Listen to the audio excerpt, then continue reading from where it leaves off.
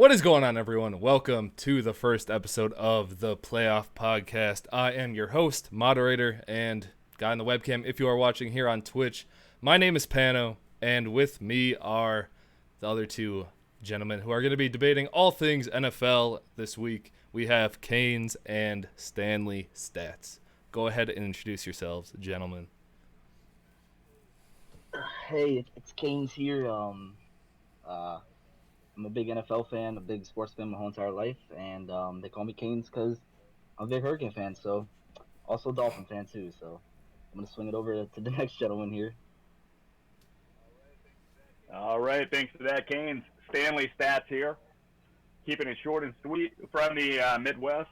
Hope you guys love this podcast. Numbers matter. That's my name. That's what I do, and we'll get going. All right, well, thank you for that, gentlemen. What we're going to be doing here is talking all things NFL throughout the NFL season from week one of the preseason, which is coming up this week, all the way through the Super Bowl, which I hope the Minnesota Vikings make, but they probably won't. But we'll move on from that. What we're going to do is once a week, we're going to be talking all things NFL. Like I said, game recaps, injury news, players of the week, game previews, anything and everything that you can think of. We are going to be discussing here and having some lively debates. So hopefully you guys stick around and enjoy that. If you feel like it, make sure to follow our Instagram, our Twitter, or follow us on YouTube or here on Twitch. We are the Playoff Pod on Instagram and Twitter, as well as Twitch and YouTube. We are just at the Playoff Pod on all of those platforms. So if you want to drop us a follow and follow us through this NFL season, be sure to do so. But without further ado, I think we should just get right into the first topic here, which is the Hall of Fame game. It just occurred last Thursday, I believe. Thursday night. It was the Broncos versus the Falcons, which we had the Broncos actually come out on top with like a last-second tip touchdown. I don't know if you guys watched it. What did you guys think of the Hall of Fame game? Well, I thought it was the first game of the season. There was a lot of sloppy plays, a lot of backups playing. Got to see some Drew Lock, so that was pretty interesting.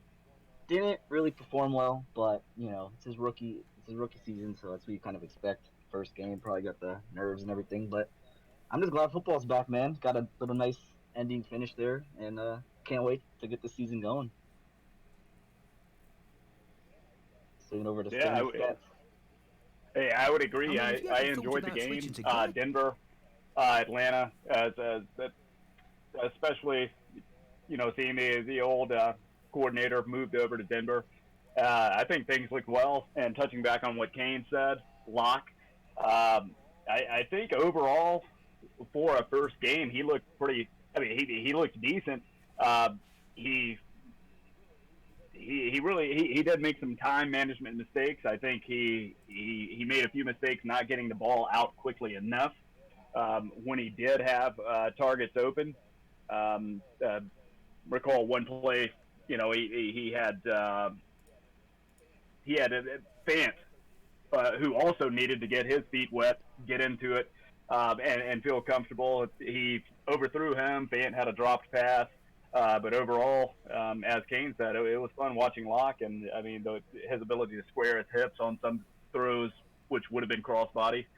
Um, it's overall, I think it was good. As Kane said, it wasn't the best match, but we got to see some of the young guys that we're going to be looking at moving forward that I think did pretty well, for their first time playing. I'd have to agree. It's definitely not something that you want to sit through and watch every week, but it's the first game of the NFL season, so you want to be there for the beginning. It's always fun after about 5 or 6 months of no football to get back for that first game and see the guys out on the field again and hear the great commentators talking about Chris Collinsworth and Al Michaels. Don't get me started on those two. That might be a whole nother topic. But yeah, I thought it was good to watch. It was cool that there was a last minute or two touchdown to win the game on a pretty crazy play, which is always fun to watch. So I was pretty entertained. I'm not gonna lie, for Hall of Fame, even like a preseason game, almost, if you want to call it that. I was I had a good time watching it. Hopefully the rest of the preseason is at least that entertaining. I doubt it, but we'll see. Later in this episode, we will be talking about some preseason games of Week 1 that we're going to want to watch. I have like maybe 3 matchups that I'm really looking forward to, which we'll touch on later in the show. But some big news otherwise this happened before the Hall of Fame game, but some big news in the NFL right now is the Zeke and Melvin Gordon. They're kind of holding out. I know Melvin Gordon requested a trade. Two big name running backs who want out of their team or they want a big contract. What do you guys think, Canes? Do you think the Cowboys should pay Zeke? I think they definitely should pay Zeke. There's not a question. I mean, he's got. I think he has the most rushing attempts in the NFL over the last 2 years. He's a bell cow. I mean, he's everything you want in a running back. He can catch. He makes good. He's a hell of a runner. So I think they gotta pay him. I mean, the Cowboys are making a big mistake. They let him go, in my opinion. He's the type of running back that your team needs, and it would be a huge mistake if they just let him go. And with Melvin Gordon, we'll see. I don't think it's as big of a blow to the Chargers because they have Austin Eckler, who looks like they might be one to move forward with, and that's big. He demanded a trade, so we'll see what goes there. I mean, he still is a big piece for their team. So, and I know he's a big Wisconsin boy that Oh you yeah, love Pano. So, I go wonder Big what your Red. opinion about that is. But I'll swing it over to Stanley Stats, see what his thoughts are. Yeah, I would agree with you on that one. I think it's really everything is in the Cowboys, the front office here, because Zeke did get picked up. He's on a 5-year contract, so he really has. I mean, the ball is in his court, so the Cowboys are going to have to play with him on that 5-year contract. Of course, he needs that 4th year to become an unrestricted free agent. Uh, Mm-hmm. so, all things considered, he could effectively sit out this year, and he's still going to be fine. And but moving forward, you're looking. It's probably going to turn into a franchise tag situation in 2021. So it's on him right now. Also, his agent and the front office, they need to get something done, get him back on the field.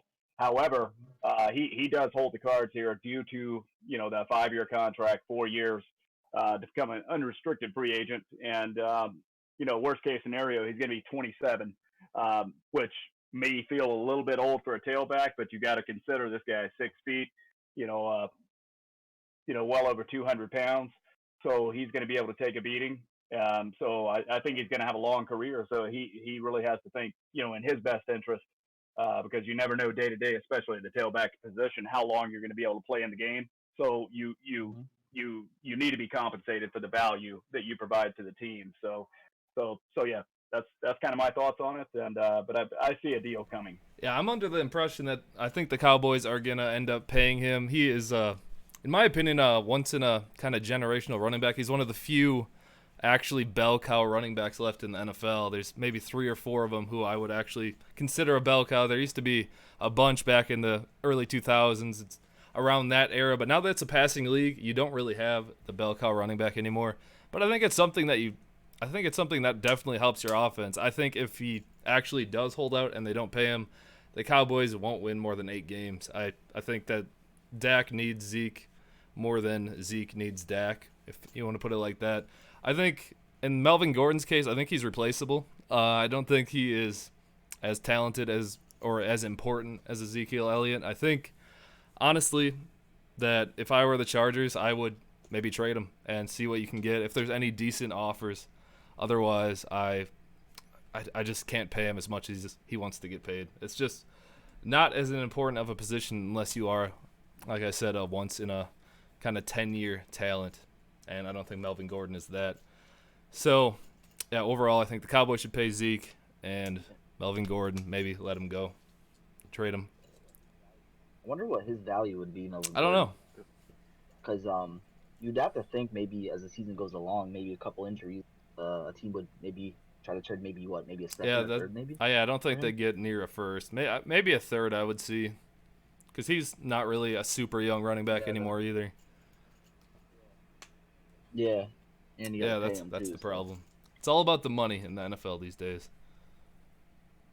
So, yeah, we'll Gotta get see. paid. I hope these guys don't end up coming back and then getting injured right away, because that tends to happen if you hold out of the whole training camp and the preseason and everything. You come back and you're a little rusty.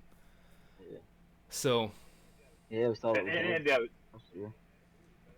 and agreed. But to follow up on that, I think I read in the last couple of days uh, Dak making comments on Zeke, and he did make the point that business is business, friendship is friendship. So he's not telling, he's not really going in a direction of telling Zeke what he needs to do, but he is keeping in contact because they are friends. But the reports are saying that Zeke is he's kind of he's camping himself, so he is staying fit, he's staying ready, staying sharp. So yeah, it's not going to be one of those things. I don't think it's going to hurt too much. And he has a lot of those intangibles, like Pano talked about earlier. This is not a guy that's going to really suffer that much from missing training with his team because he is, as Pano said, that once in a decade kind of guy. So he has all the intangibles needed. It's not necessarily going to hurt him. So and hearing that from Dak, I think they're it's all friendship there. And to touch back on what Kane said earlier, you're never guaranteed tomorrow in this league. So don't work for minimum wage. When you're CEO quality.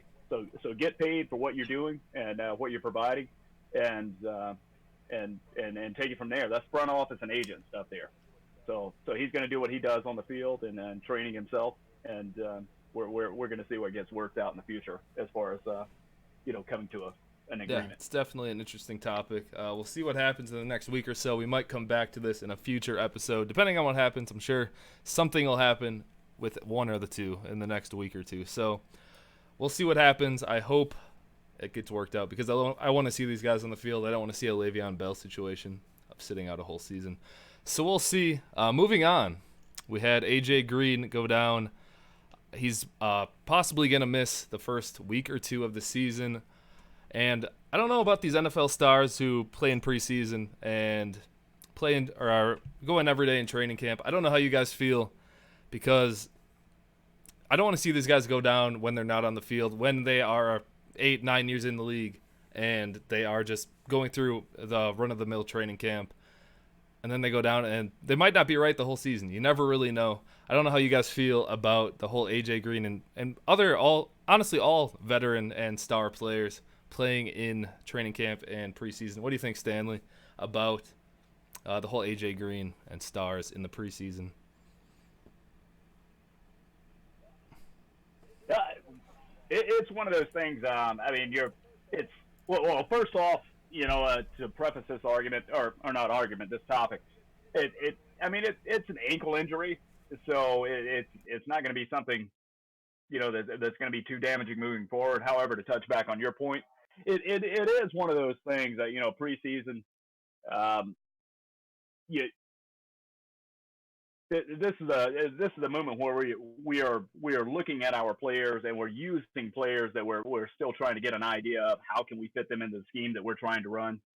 And it is risky. When you have someone that doesn't really need the reps, when they get out and especially in the manner he was injured, not even necessarily in a game. So it's one of those things you want to keep your team fresh, and you have to look at it in an aspect of if you're a rookie or you're a veteran, you still got to get out here and get the reps, and to prove to the younger guys that every day takes work, every day takes effort. So it's unfortunate to get injured. However, I think this is going to be a bounce back thing, especially if, he has had some instances in the future or in the past where he can bounce back. So I think everything's going to be okay, but I still think it's good for everybody around him to see him out getting reps, doing those things, and unfortunate things happen. Yeah, I mean, I agree. I mean, you gotta get the field on the field. You gotta get the reps. I mean, injuries are unfortunate, like Stanley said, but it's just becomes a football, man. I mean, that's just what happens. I mean, it's an unfortunate thing, but you got to prove, like Stanley said, you gotta get the young guys, show them the way and stuff. So I think he pretty much touched almost every topic there. I mean, you got to play. I, there's nothing like football shape. So if you don't, and then you get a situation where you're not really like playing well, and like it doesn't show the team playing well and stuff. So I don't know. Like I think you got to get on the field, and if injuries happen, it's part of the game, man. I mean, I don't know what else to touch on because Stanley pretty much I think hit it on Yeah, the nail on the also head there. AJ Green is entering a contract year, so it definitely doesn't help his cause in getting a new big contract. I know he's getting up there in age as well. So I don't know. Do you think they're gonna give him a big offer? Especially he's been injured a lot lately. Do you think they'll give him a contract of a decent size? Or do you think they'll let him walk after this year? That's interesting, man. I mean, that I guess you're gonna see how if he can stay healthy, man. I mean, I wouldn't. I mean, it depends also how their season goes because if they have a bad season, which I think they might, and they get a young quarterback, they might want to bring in that veteran receiver to help them. Because I mean, if I'm looking at the Bengals right now, I don't see too much talent, so I think they might be in the tank for Tua conversation. Yeah, I So we'll agree see how with that that. I goes. think they honestly should probably tank and maybe move on from Marvin Lewis. That's that Yeah, that's I a think. sinking ship. Honestly, talking about the Yeah. Bengals, hopefully they Oh man. can figure it out. I think they should keep AJ Green though. He's been a good player. He hasn't had too many off the field things other than the injury. So I think they should give him a decent contract and yeah, like you said, help maybe a young quarterback who comes in and give him a little help learning the offense. So yeah, I agree though. I think star players need to be on the field, especially as a role model star player like AJ Green. It's just unfortunate when they go down. So yeah, moving on, we have Tyreek Hill and other suspensions going on through, like around the NFL. Tyreek Hill dodged a suspension on things that obviously we can't confirm if he did anything wrong or not. But there's people who maybe smoke a little marijuana. They do something that isn't viewed as wrongly as maybe doing what Tyreek Hill was accused of. I don't know how you guys feel about the whole commissioner having so much power over these suspensions or everything like that. What do you guys think about Tyreek Hill? Canes, do you think they should have maybe gone about this another way and maybe the commissioner shouldn't have so much say over this? What do you think? Um, I'm not really sure because I mean, like you said, you don't really know if like the whole situation. So maybe they try to go third party or not, but I mean, I think some of the suspensions in general though need to be tweaked, man. Because like you said, you could smoke some pot, and get 4 games, but you can beat a girl and potentially get 0 games. Uh, that's a little suspect to me. Even Kareem Hunt, he got 8 games, and it was confirmed he you know hit a woman. So I think that should be a whole season type offense in my opinion. But we'll see how that goes down. And then you get like Golden Tate, who supposedly took I believe it was a fidelity drug or something, and he gets 4 games too. So I don't like the whole suspension games in general. I think it really needs to be tweaked because there's certain things that are not good about it. Like, so I mean, we'll see. Tyreek Hill though, the situation in general, it you really don't know until you hear all the things that come. Like, if you more details come out, I think then they should they should guess just like I don't even know what I'm saying at this point, but Tyreek Hill, in my situation, I'm gonna narrow it down to is basically I think the commissioner should get all the details and then go to a third party judge and then they should decide. That's my opinion about that. So I'm gonna swing over to Stanley Stats. Yeah, I mean you kind of I mean you addressed it well there. That's kind of my thoughts. And we know Roger Goodell. I mean, sometimes he's overstepped his boundaries and he gets caught up in lawsuits. Um, and and issues of that nature with his decisions. But at the end of the day, especially on this issue, the NFL has already reported they could not conclude that Tyreek violated the league's personal conduct policy. People are obviously going to have uh, their opinions on whether or not they believe this alleged act happened. And there's going to be another camp saying that it didn't. And then there's going to be, I think, what Pano alluded to. There's going to be this aura of legal things need to be handled by professionals, and we're not here to speculate on whether or not because that's what we're doing. We're speculating on him taking part in the alleged actions or not. But at the end of the day, speculation has no place, in sports, especially when it's someone's professional career. And if they do an investigation, they can't conclude that he violated the policy. Let's move on from it. And, it could be a civil suit, moving forward from there. But as we know now, if the NFL tells us they couldn't conclude that he violated the personal terms, and let it go through the appeals process, those things. But yeah, I'm not a fan of speculation. So let's let professionals handle that and let him play on the field. If it's found that he doesn't qualify to play on the field under the NFL's personal conduct policy rules, then I would support that as well. So that's all I have to say on that one. I agree. They need to get the facts before they take action. I agree with you both on that. There really is no room for speculation on suspensions. So, don't want to get too deep into that topic, but we'll move on to pass interference challenges. There was one pass interference challenge in the Hall of Fame game that they decided it wasn't pass interference, so they kept the call how it was. Apparently, the NFL, the referees say that the pass interference challenge rule needs to be clear and obvious. Basically, it needs to be a blatant miscall for the pass interference challenge to actually change the call on the field.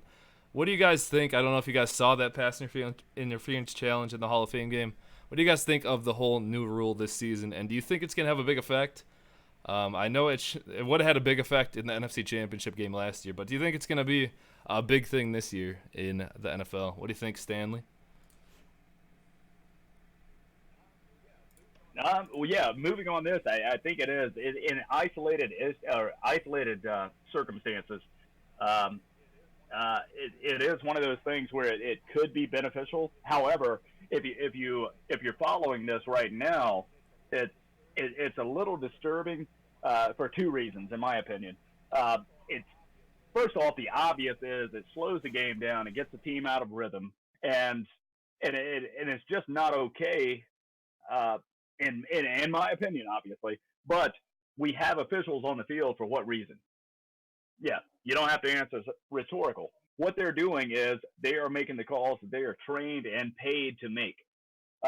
So if we are out here, if we give additional avenues for coaches to challenge what the paid referee, his call on the field, it's just not a good look, and I think it's going to lead to further issues, which could add more of these elements to the game, which are going to slow down the process. But secondly, I've read a few articles in the last week where it's looking like a lot of teams are kind of they're developing a strategy for these situations where, hey, the ref may not call it, but we can run this play and we might be able to bait it into a review call, where then we could get, that pass interference call. And I just don't think it's a good look for the league. In my opinion, you get a referee, you get everyone there for a reason. You're qualified, you're paid, you're trained, and that is your job. I don't want other people having the ability to dictate the calls that a paid professional is making. They are. I mean, like I said earlier, they're isolated incidents where a referee makes a bad call, but hey, at the end of the day, that's part of the game. And there's not saying it's a great thing, but not saying it's a terrible thing. Uh, and I just don't like implementing a lot of these new things into the game, especially when a team can exploit those new rules. And I fear that's what may happen after reading some of these articles, especially from coaches, offensive coordinators, defensive coordinators, and things like that. So that's kind of my thoughts on that one. I mean, I couldn't disagree more because I think it's great. It's a great rule. I mean, it's about getting it right at the end of the day. You don't want to see a team get screwed like the Saints did last year. They should have been the Super Bowl. Everybody knows it. It's about getting it right, and I don't care. The refs miss so many damn calls if you watch throughout the NFL. It gets embarrassing at times. So I think if they're paid professionals, they really need to work on their craft because there's a lot of missed calls, in my opinion, in the NFL. And this is all about getting it right. We'll see how it gets tweaked for the future. I mean, I'm sure there's gonna have to be some changes made as we go. Um, but I definitely think it's a good rule. I, there might be strategy. I mean, if you watch baseball, there's a they implemented that new replay system and it's worked out fine. It hasn't really slowed down the game that much. So hopefully this doesn't slow it down too much, which I don't think it will because you only get two challenges, I believe. So that is it shouldn't be too long of a process. So I think it's a great rule. I think it should be interesting and hopefully it makes the NFL better. Yeah, I'm gonna. But how do you feel if you're found to I don't know how they implement something to control the the the use of the ability to challenge those plays, knowingly, kind of essentially just trying to get something you don't deserve or try to stop the game at a point that you feel is crucial for your team. Do you feel they should penalize in some way, uh, like the overuse of it, or like there needs to be some standard. Obviously, Well, you can do it one game because you don't have that many options or opportunities to do it. But if you are found to abuse this role in your favor, uh, do you think there should be some kind of penalty for you moving forward throughout the season? I think it should be like how the challenge rule is now. Like, you fail it, you get charged a timeout. I mean, I think that's a fair punishment if you get it wrong. So I I think they should maybe. I'm not sure. Are they doing that in the fast interference rule? Do you guys know if they're adding charging a Let timeout me if they let me get it look that wrong? up one sec. Keep Or going though. well, yeah, but so if if that's the case, I think that's a fair penalty. If you're talking about somebody flopping or something, trying to draw a penalty, that's just part of the game, man. It happens in pretty much every sport. People try to draw penalties, so I think it's good. I think it's good for the game. Really do. Yeah, it's I agree in theory with what you're saying, but it's like a lot of the new rules we're implementing into the game. It's the worst the the worst part about it is we are you're we're continuing to, it seems to me, add things to the game where it just slows it down. It's bad for the fans, obviously, but it is really bad for the players because I mean when you're in that rhythm, when you're in that flow, and and then you get stopped. What was it last week, Thursday? I mean it's over 2.5 3 minutes. 2.5 3 minutes doesn't sound like a substantial amount of time, Yeah, but but what I happens mean if, when you not to interrupt you, but what happens if it's a big call? Like, I mean, this could be a game deciding call, and you don't want it to be right. You want it to 100% be in the official's hands only on the well, field. what no, I agree with what you're saying, but kind of my stance on it, I don't want to see us keep implementing these type of calls that kind of override the officials on the field. But I agree with you. There's a lot of blown plays, but that's something the NFL has to address. It's not a situation of the referees are making a lot of bad calls or they're blowing uh, multiple calls in serious situations or in crucial situations, as we're talking about from the NFC. Uh, that's kind of the poster child for this rule. Uh, it's it's a situation. I think it really is an organizational thing as far as the NFL and their officials. You Mhm. know, set some standards. Like if you continue to to show this behavior of missing calls, maybe you're not qualified to be out here making those calls. But don't leave those guys in place and then just add, additional avenues for the coaches on the sideline to over the referee, because I just don't think it's a good look moving forward for the NFL itself, because once you start to lose trust in the officials, why should they be on the field? Well, Well, I mean, there's other calls throughout the it game doesn't too. it does in fact I mean, charge the team a timeout if they do lose the challenge. So it does punish them a little bit. I'm on the fence. I'm kind of leaning both. I have a foot in both camps, I guess, if you want to say that. I do think that they need to get the calls right, but I don't want to see the games getting longer. I don't want to sit through 3.5, 4 hour games. As much as I love watching the NFL, if you start making games 4 hours, those noon games or 1 o'clock Eastern, a lot of times now they're overlapping into the second set of games on Sundays, which is never good because if the team you want to watch is coming on at 3 and the game goes 3.5 hours beforehand, you miss half the first quarter. And unless you're one of those fancy people with NFL Sunday ticket, of course. But us people who watch on normal network TV, we're missing parts of the first quarter by extending these games, and this rule will extend the game a little bit. 3 minutes, say 2-3 challenges a game, that adds another 10 minutes to the game. So I don't know. I have a foot in both camps, so we'll see. We'll see how it goes. Yeah, it, it's not good if you got something to do when you're sitting at home and trying to watch the game. It may be great for you if you're a fan at the game, because anything prior to the third quarter, they're That's still very selling very beer, true. right? Start of the fourth quarter, you might want a lot of challenges. That's more time to sit there and drink beer and have fun with your buddies. But yeah, I totally agree with you. I mean, don't extend the games, and I'll touch back on my point. Like we need to make sure we're not taking too much away from the officials on the field. You need to establish the trust, build the trust in them, um, and it's just better for the game. And but yeah, Keynes has great points as well. Yeah, I So think that was a good move discussion. on from We'll move on from that point. I think that was a very good discussion on the new pass interference rule. Let's move on to more off-season news. A lot of big faces changed teams this off-season.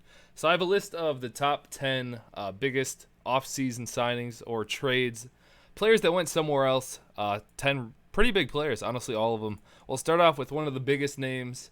Actually, 1, 2, and 3 are all huge names. So we'll start off number 1, Antonio Brown, going to the Raiders of Oakland, soon to be Las Vegas. What do you guys think on Antonio Brown's deal to go to Oakland? Do you think it was a win for Oakland, or do you think the Steelers got more back than they should have? Let's go with Canes to start this one off. um, I'm gonna go. I'm gonna go win for both teams, to be honest with you, because like I mean, come on, Antonio Brown's a great talent, great receiver, been one of the top in the game for years.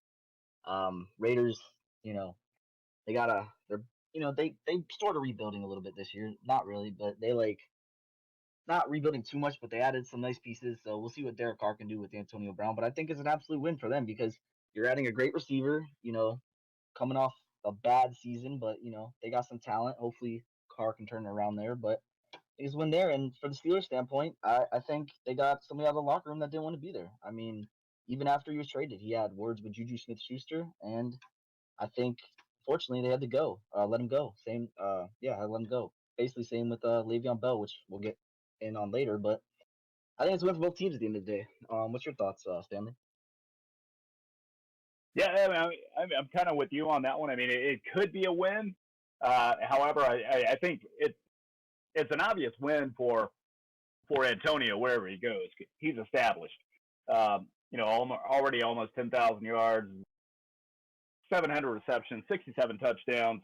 Uh, so it's a win for him. It doesn't matter where he goes; he's going to produce. Um, the the only concern for me is I think with Smith Schuster, it's he's young, great, a lot of talent. Um, however, uh, how much more is he going to have to bear? Being there alone now. You don't have Antonio Brown. Um, so is is it going to hurt his development, or can you look at it in the aspect of now you're the number one guy essentially, uh, according to a lot of the pundits. So I mean, it's kind of a win, I think, for Juju and Antonio. Antonio, go somewhere, be happy, do what you want to do. Uh, and now it's kind of the passing of the torch. Yeah, I think Antonio Brown is one of the best receivers in the NFL, if not the best. And the Raiders need some big names. They're moving cities. They're gonna need kind of a big face to kind of bring fans to their new stadium. Hopefully, they do well in Las Vegas. I think Oakland. I think they got the win on this one because Antonio Brown's one of the best players. They didn't have to give up a whole lot for him, and I know I know he wanted out, and there was kind of a falling out between Big Ben and Antonio Brown and kind of the whole organization. But I don't know. After Bell, Ben, and Antonio Brown, the triple Bs, once they kind of split up, now I think the Steelers are in a tough spot to win the AFC North again. So I'm gonna go with Oakland on this one. I think they got the win on this trade deal. Moving on, we have we just did Antonio Brown. Moving on, we have Odell Beckham Jr. Got traded from the struggling, I don't know what they're doing, New York Giants. They went to the Cleveland Browns for, I believe it was a first round pick, third round pick, and Jabril Peppers. So, Stanley Stats, the man, the myth, the legend with all the stat knowledge you need to know. What do you think about this one? What do I have to think about? 59 games, almost 5,500 yards, 44 touchdowns. With Beckham, three-time Pro Bowler, Rookie of the Year 2014. I don't think we have to really, question whether or not this is a good move for anyone who received or released this guy. He is going to be an asset wherever he goes. But yeah, I mean, it's the Giants lose him, but I think the Giants are still doing well. However, I mean, it's kind of questionable because a lot of people are poised or seems to think the Giants are poised. This is going to be a year where they're truly going to contend. Uh, so in that aspect, do you let Beckham go? It's going to be one of those things. We're gonna. I mean, the season is still ahead of us, so we don't know yet. But yeah, that's not a win for the Giants. It's a huge win for the Browns. Yeah, I'm gonna go win for the Browns for sure. I mean, like for sure because like Stanley said, I mean the dude's a beast. He's got what 5,500 yards, I believe 49, 50 touchdowns or whatever. He's a beast, and you just got one of the best players in the NFL, if not the best receiver. Um, and you pair him with Jarvis Landry, his former LSU teammate, so they already have a chemistry going on there. It'll be interesting to see how they mesh with Baker Mayfield. I believe he already came out and said that he's gonna tell him how it is, like he's done his whole career. So that would definitely be interesting if things start to go south there. But as for the Giants, just put big L over their forehead because Jesus, what are they doing? You just got rid of Odell Beckham. You drafted Daniel Jones. Like, I'm sorry, but I'm not a huge fan of Daniel Jones. And you're still starting Eli. It's like, what are you doing? Are you rebuilding? But yet you're going to Eli. Are I just don't understand what they're doing there. So I mean, and they got rid of Landon Collins. So it's a situation, in my opinion, there.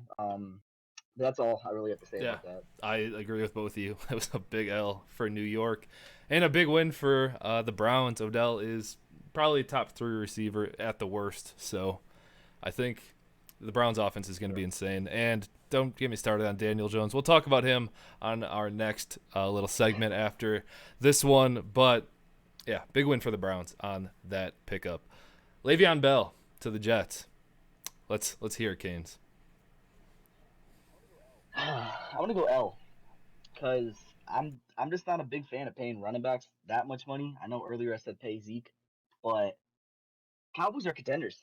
I don't think the Jets are anywhere close to being contenders. I think they're an 8-win team, unless if Darnold really just impresses this year, but he had an okay rookie year. So I think the Jets went out and spent big. Wasn't a big fan of their coaching hire as a Dolphins fan. I think y'all could see that reason, but yeah, I'm gonna go L. I just even though he's a great running back, he's a top 3 running back in the game, but I just don't see paying a running back that much money when you're not close to contending for a Super Bowl. And yeah. All right, yeah, oh, go ahead, Stanley. Sorry. Oh no, I was just going to follow up and agree with him. It's one of those things when you start flashing that kind of cash, you need to have a real reason for doing it. And Kane touched on, he touched on that. I mean, if if you're competing for the title and you've surrounded them with everyone who is you feel confident is going to do that. I mean, go ahead and spend the cash and do it for your organization. However, don't just throw money around when you have other issues potentially. Um, and yeah, so yeah, I agree with Keynes on that one. It's a great pickup. However, value for production, I question. Yeah, I think it's a bad move for the Jets as well. They're not Super Bowl contenders in my eyes, as Kane's touchdown, and spending that much for a running back who is not exactly a spring chicken anymore with how many carries he's racked up. He does have a year off after he held out, but still, I don't think that removes all the negative effects from all the runs he's had in his career. He's a great player, but he's had off the field stuff, so I don't think that's a good move for the Jets.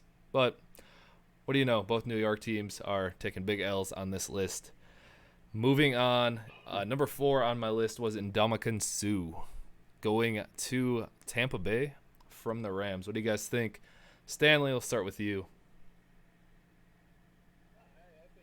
I think with Sue, it's always. I mean, that's going to be a win bringing him.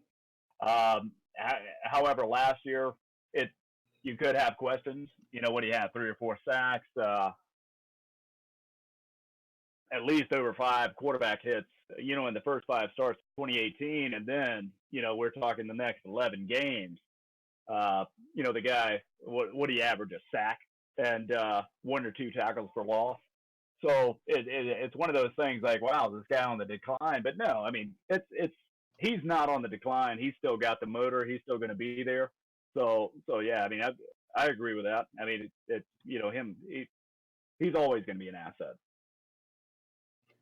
Yeah, I'm gonna go W win because they lost Gerald McCoy, they got rid of him, and they need a replacement. He'll plug in. He ain't gonna be much of a downgrade than McCoy. He's getting a little up there in age, but like Stanley Stat said, he's still got the motor. I've always liked him coming from the Dolphins. He was always a pretty good defensive tackle. Never really complained. Good, could be a little dirty though. I will admit that, especially against Aaron Rodgers. But Hey, I'm fine with that. I'm but yeah, fine he's a with good that. player still. Yeah, but he's a good player still, and I think he'll help. I don't know how much of them being a playoff team, but he'll help their Yeah, defense for with sure. only a 1-year deal, you can't really go wrong. Yeah, it was 14. Or is it a 1-year deal? Yeah, 1-year deal. Sorry, 1-year deal. You Oh can't really yeah. go wrong. Signing a player, especially of his talent, for 1 year. Yeah, he's 32, I believe, but it's still a good signing in my eyes. I can't really knock the Buccaneers on this one at all. So that's a W for them. Moving on, we are at number 5 on our list. We have Tyrann Mathieu going to the high-flying offense of the Kansas City Chiefs. He's on defense, but they're an offensive team. So having a big hitting kind of safety on the defensive end, giving their defense some toughness, I think will help. Stanley, what do you think about Tyrann Mathieu, the Honey Badger, going to Kansas City? Oh, that's gonna be a win. And you touched on the reason for that. I mean, this guy is once again we're going to go high motor. He's got a knack for getting on the loose ball, even if he's not involved on the play, and he can contest the passes. So he is going to be that threat back there that can either be a hard hitter or he's going to be able to maintain his coverage, and it's going to make it tougher for the opposing quarterback. So yeah, I would never count Tyrann Mathieu out or call that an L for anyone who picked him up. Yeah, that's definitely a W. I mean, Chiefs might are probably the favorites out of the AFC. We got the Patriots, but they definitely need defense, and they picked up a great playmaking safety. So to a defense that really needs it. So I think that's definitely a W when you can, as Stanley Stats said, get the honey badger. So definitely gonna help them down the road. And I mean, yeah, it's definitely a Agreed. W. I got nothing else to say on Tyrann Mathieu. It's a win for the Chiefs. Good pickup. We got 5 left. Let's knock these out a little quick. Let's do a 1 or 2 word answer on, or a 1 or 2 word, I don't know, kind of description or whatever you want to say about the pickups of these next 5 guys. Earl Thomas going to Baltimore. Canes, what do you think? I'm gonna go W. I mean, he's a great safety. Added on to, I believe, the best defense in football last year. So I think he's gonna help. Yeah, sure. We're gonna go quick with this one because I mean, who would disagree with Earl Thomas being a good pickup? So yeah, I'm win. going to say loss. Overpaid. Old. Nick Foles going to Jacksonville. Hey, I'm Come almost 30 and I feel like I'm 50. So let's move on. Nick Foles moving to the Jacksonville Jaguars. Let's start with Stanley on this one. What do you think? Yeah, that's going to be a huge win. Did make sense for the Eagles to keep him. Wentz is back. You don't want to keep somebody sitting behind Wentz and paying that kind of salary. You got Sudfeld. The Eagles are stuck with Sudfeld if Wentz goes back down. But yeah, overall, that's a win for both the organizations. You got to let Nick Foles go when Wentz is back. I'm gonna disagree. I'm gonna go L. I think he got way too much money. I've seen the Eagles play a lot, and I think he's just an average quarterback. I know he had a heck of a postseason run back-to-back years, but overall, I just think he's average, and they paid him top quarterback money. So I'm gonna go L. I'm agreeing. That's an L. Nick Foles is trash. Golden Tate going to the New York Giants. What do you think on that one? I'm gonna go L because I respect Golden Tate's game, but he's already suspended. I don't know what the Giants are doing. Are they rebuilding? Are they not? So I'm gonna go L. Yeah, I'm going to be middle on this one because I mean the appeal is still unknown. Might get overturned. If not a great situation. Not going to see him till October. Um, but I think in the grand scheme of things, he's going to add another season target for Manning. Pat Schumer's offense loves those intermediate routes. You got somebody in Golden Tate who can find those gaps and run a nice tight route. So he will be an asset. I'll still go win on that I'm one. going to go win for the Giants, loss for Golden Tate because he's on the Giants. And I think Golden Tate's a good player. Although he got suspended, I still think he's a good player. But it's a big L for Golden Tate. I feel bad for him. Moving on to a personal favorite of one man in this podcast. We have the 6'5", 6'6", Joe Flacco going to the Denver Broncos. We'll start off with Stanley since this is his man. What do you think about the pickup, win or loss? Absolute win. I mean, there's no question that Flacco is not going to be a win. And I think from what I saw, especially last Thursday, from Drew Lock, I think the guy's got a lot of potential. And with Stan Granello heading things up, I think it's going to be the most beneficial for the Broncos. But I think he's going to be an asset for them this year. And Drew Lock, he's going to be a great mentor for him. Yeah, I'm gonna go win. I think the Broncos are a solid team. I mean, they're in a tough division, but you need somebody because you don't want to throw Drew Lock into the dang fryer right away. So I think he's a good veteran leader that can help Drew Lock down the road, and he'll step in and do a decent job. I'm gonna go I W. was going to go with a loss until I saw the tan that Joe Flacco got over the summer. And when I saw him in the Hall of Fame game, I'm going to go win just because he looks rested. He looks in really good shape. I like what he did with his look, so I'm going to win just based off that. Talk about a Yeah. hot take. All right, moving on. no. Number 10, the last pick, or the number 10, the last one we're going to talk about. Pick up at the offseason. Trey Flowers. I believe he went to the Detroit Lions. What do you guys think about him? Start off with Mr. I'm gonna go W. I'm gonna go W because he's a he's a great defensive end. He's gonna help them. Lions. I think they're a solid team, so they need help. They need to beef up that defense and that D line. So I think it's a W. Yeah, I'll go with that. Originally from Alabama myself, sure coming out of Huntsville. Good side, good speed, and I think he has a good mind for the game. Uh, Great tackler, gets back into and applies pressure to the quarterback if needed. Can force fumbles, so yeah, that's why not Trey Yeah, Flowers. a D lineman in their prime, I would pay the money for too. So I'm gonna go win for Detroit on that one. Okay, that's the end of the top 10 pickups of the offseason. Let's go on to our next segment, which are the rookie QBs that we are gonna rookie QBs and a second year QB that we're gonna talk about in the preseason. Who are you excited to watch? We're starting off with Kyler Murray. Are you guys excited to watch Kyler going through the preseason with the Arizona Cardinals? Start off with Mr. Canes. Yeah, I'm very excited. I mean, he's the number one pick, Heisman Trophy winner. So definitely very excited to see what he can do. We'll see. He's kind of short. I know Mr. Stats here loves his height. So that we'll see how that goes as the height. But Russell Wilson's proven you can play the game at about a 5'10", 5'11" level. Um, Baker Mayfield's about 6 foot. Drew Brees about 6 foot. So I don't think the height's really that big of a difference in the NFL anymore. So I'm very eager to see what he can do, and I think we'll have a decent rookie year as long as that offensive line can protect him a little bit. Yeah, I mean, uh, who am I to judge? Um, but we still have to see what's gonna, how he's gonna perform. But you did touch on the thing that I fear the most. I'm not saying a 5'10" quarterback in the NFL can't be great, but I'm also going to say to be great, it's going to take a lot more effort, and you're going to have to keep yourself in the or keep your head buried in the iPad, and you're going to have to learn coverages.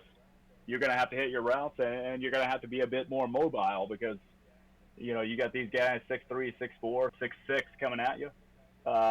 Sometimes you're gonna have to evade and shimmy left right to find your spot. So it's to be determined. But right now, we haven't seen him and how he's gonna perform. So it's hard to say. But I wish him the best. Yeah, that's the most excited I am to watch a player this preseason is definitely Kyler Murray. He's quick. He's got a big arm. He's honestly the most exciting player the most player. Well, let me rephrase this. He makes me the most excited out of probably the last 3 or 4 years to watch a preseason game. I haven't really been excited to watch any preseason games lately. But Kyler Murray, being speedy, big arm, going to Arizona, he has Larry Fitzgerald with him. David Johnson, I'll be excited to see what he does behind that O-line. I don't think it's a great O-line. So he's definitely going to need his legs.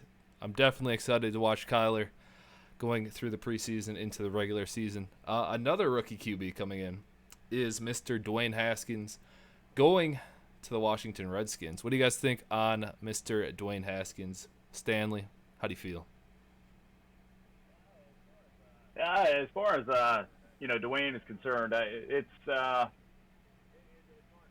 it's hard to say for me. But I mean, if you don't like Dwayne, if you just don't like him, you can just say it. Who am I to like or unlike? Dislike someone at this point. But let me just say I don't have a whole lot of hype in this. What about you, Canes? Do you like Dwayne? Yeah. I mean, Dwayne Haskins. I mean, he had a heck of a college season. He started 1 year though. That's my only question mark. That 1 year in college, he doesn't really have a full body of work. So we'll see. We'll see as the season goes. But he's got a big arm. A little hitch in his delivery though. It's kind of long. So is he gonna turn out to be like Big Ben type of quarterback, or is he gonna out to be a Byron Leftwich type quarterback? That's the thing I'm not sure about. We'll see. I think he's got the tools. He's got the arm. He's got the accuracy. But will he put it all together? To me, that's to be determined. I think he's a big hit or miss. I see him as a Jamarcus Russell type, honestly. I think he's going to be a bust. I'm still excited to see him play, though. Washington has some decent pieces around him. So we'll see how he does. I think he's going to go the way of the dodo bird, though, and maybe he'd be out of the league in a few years. But I hope he proves me wrong, honestly, because I don't want the Giants to win a game ever. So, moving on, Josh Rosen. Some people have some very deep feelings for Josh Rosen. So we're gonna save him for second. Let's start off with Stanley. How do you feel about Josh Rosen going to Miami on a draft day trade? It's, from what I'm hearing, it's not going to be a bad move, and I think they are already seeing in a number of days the improvement and his willingness to improve and take direction and grow. So it's I would say especially to watch the Dolphins because it you want to see them get back to something, and it'll be exciting to see if he may be the one to get there. I'm not going to say he is, but it's going to depend on his progression moving forward. Yeah, I mean, as a Dolphins fan, what I'm hearing about is, he still has some hiccups in his game. He needs a little bit late a lot of his throws, but I think he has a good chance to sit behind Fitzpatrick maybe this year and learn. But I did hear in the scrimmage that he outperformed Fitzpatrick, so maybe he gets the start right away. That'll be interesting to see down the line. But I think it's a good move because you only give up a second round pick, a late second, to get the number 10 pick in the draft last year. So I think he didn't have a fair shake in Arizona. I think the offensive line was terrible, the worst in the NFL. He didn't really have many weapons. Uh, his coach got fired midway through the season, I believe, and he didn't get a fair shake in my opinion. So I'm excited to see what he can do down here. Um, I think at the end of the day, even if it doesn't work out, you get a cheap backup because Cardinals picked up most of his contract. He gets about $1 million a year here for the next 3 or 4 years, I believe. So I think it's a good move at the end of the day, and I'm excited to see what he can do. I really I am. I'm just gonna say this straight off the bat. I hope he can outperform Ryan Fitzpatrick, and if he doesn't, it was the biggest waste of time in the history of the universe because that guy Fitzpatrick is over there combing his beard, just looking at himself in the mirror. That dude is actually insane. I'm pretty sure he's crazy. So I'm just gonna say it. If he doesn't beat him out and start the season, I'll be surprised. But Fitzmagic does have sometimes insanity works. So last season he had some really good games. Honestly, he was fun to watch. So I don't know, who do you want to start? Do you want Rosen to start or do you want Fitzpatrick? I say may the best man win, man. I would like to see Rosen start some point this year because I want to see what he can do. You got to see what he can do because if you need a quarterback next year, you got to get a quarterback. So I would say whoever wins the job start early, and if it's Rosen, go for it. But if not, halfway through the season, I think he should get his chance though, because let's be real, the Dolphins probably aren't Yeah, going to I'm, do that much I'm this year. pegging him maybe 2-14, 3-13 at the best. Woo, I'm just saying that's a I got him troll. about Yeah, I'm, four. I'm going. I'd probably say around six and Well, ten. All right, yeah, we'll move on probably. of the lowly Miami Dolphins. We'll move on to a better team, a team that I love, the New York Football Giants. I'm saying that as sarcastically as possible. Daniel Jones, the number 6, I believe, pick in the NFL draft from the University of Duke. How do you feel about Daniel Jones? Are you excited to watch him in the preseason, backing up Eli, Mr. Canes? um, no. I mean, I guess maybe excited to see what he can. I'm a fan of Jones. Never have been. Big Hurricane fan, as I stated previously, and I watched him at Duke play Miami Hurricanes, and there's not one game when they played that I could point out to say, "Wow, that kid's really going to be special in the league." I think he's a bust. Um, I, I wasn't a fan of the pick. I think they overpicked him. I felt like they could have traded down or at least used that second pick, I believe, in the first round to get him. So, um, no, I don't think he's going to be anything special. He hopefully, I hope he turns out to be good because you always want to see a kid getting bashed like this in the media and turn out to be good. But at the end of the day, I just don't think he has it. Yeah, I'll follow you on that one. I mean, he made incremental improvements. He stayed pretty consistent on his passing throughout college as far as yards per year. But and he did make you could say a significant improvement as far as his touchdown to interception ratio his last year. Um, However, Yeah, I wouldn't gamble that much on a guy like this. Just like Kane says, sometimes you watch a guy in college and regardless of what conference he's in, he's going to be able to go to the big stage and he's going to be able to produce. And I don't really get that feeling from this guy. Yeah, I really feel bad for him, honestly. Everyone is already talking so bad about him. I hope he does well. I honestly do. I'm not a big fan of the Giants, but I feel bad for him. I hope he plays well, and I hope he actually becomes a good starting quarterback in the NFL. I'm excited to see what he does. I don't think Eli's going to last the whole year. At least I hope he doesn't, because he's wasting time at this point for the New York Giants. All right, moving on to our last segment before the final whistle. We have the best Week 1 preseason games. So I went through and I picked out my top 3, and we'll do a little talking points about each one. We have the Cardinals-Chargers as my most anticipated matchup of preseason Week 1. We have the Kyler Murray debut. That's my biggest point. I'm excited to watch him play. The Cardinals-Chargers should be one of the best Week 1. What do you guys think about that matchup? Yeah, that's gonna be an interesting matchup, obviously, because Kyler Murray, Kyler Murray, Kyler Murray. I mean, you want to see what he can do. And also an aspect because Melvin Gordon's holding out, so you want to see what the backup running back can do there too. That'll be interesting to see if somebody steps up and takes control of that backfield without Gordon right now. But yeah, Kyler Murray's the reason why I want to watch that game, and I really am just excited to see what he can do. Yeah, I'll follow on that one. That's as Peno pointed out earlier, and you just touched back on. It's going to be exciting to see what Kyler Murray does because two reasons. I think he is going to have to be very mobile. He's going to get pressure on him, and secondly, yeah, once we move beyond that initial issue, it's going to be exciting to see how he handles that pressure, and that's going to be telling moving forward. The kind of player he's going to be at this level, and yeah, everyone's going to be tuned into that game, and we're going to see what he Yeah, does. Yeah. Also, I just want to point out real quick. Have you seen the kicker Michael Badgley's haircut? Now that is a great mullet. I'll tell you that. He's a former kicker at the U, and that man is. That's I all have I want to not, put out but there. I love a good mullet. I'll never turn down a mullet. Best haircut choice I think you can make, honestly. But yeah, that's It's a strong one.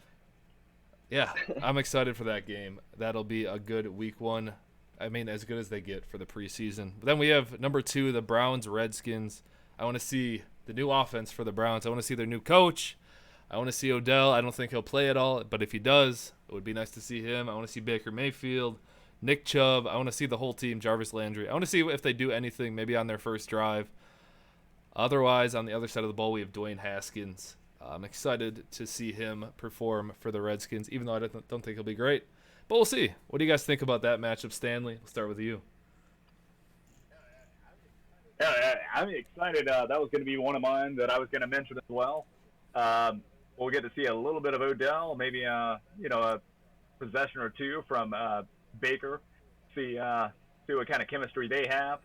And on the last point you made, I think a lot of people are excited just to see how Dwayne Haskins is gonna how he's gonna come about and how he's gonna perform in that game. And he's got a chance to be a starting quarterback, I think, for the Redskins. Um, and not saying if I ran the organization that would be my goal, but with current events, he could be. Oh yeah. Obviously Dwayne Haskins.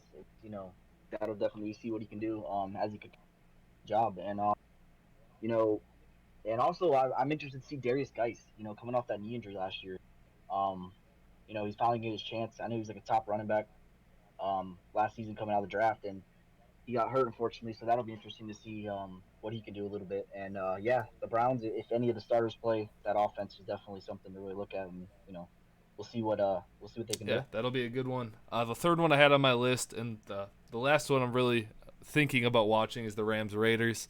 We have the Raiders who are going to be on Hard Knocks. That's the main reason I want to watch this game is because I love watching Hard Knocks every preseason and seeing how the players kind of are off the field, as well as then seeing them in the game on whatever day is Thursday, Friday, Saturday, Sunday, whenever they end up playing each game of the week or each preseason game. Excited to see how that unfolds. What do you guys think about the Rams Raiders? Last point, I want to see the Rams cry because of their loss in the Super Bowl because I love Tom Brady. So move on. Go ahead, Canes. Yeah, Tom Brady, yuck. Anyways, yeah, it'll be interesting to see some of the players they have. I believe the Raiders, obviously the Hard Knocks thing behind the scenes there, for the most part.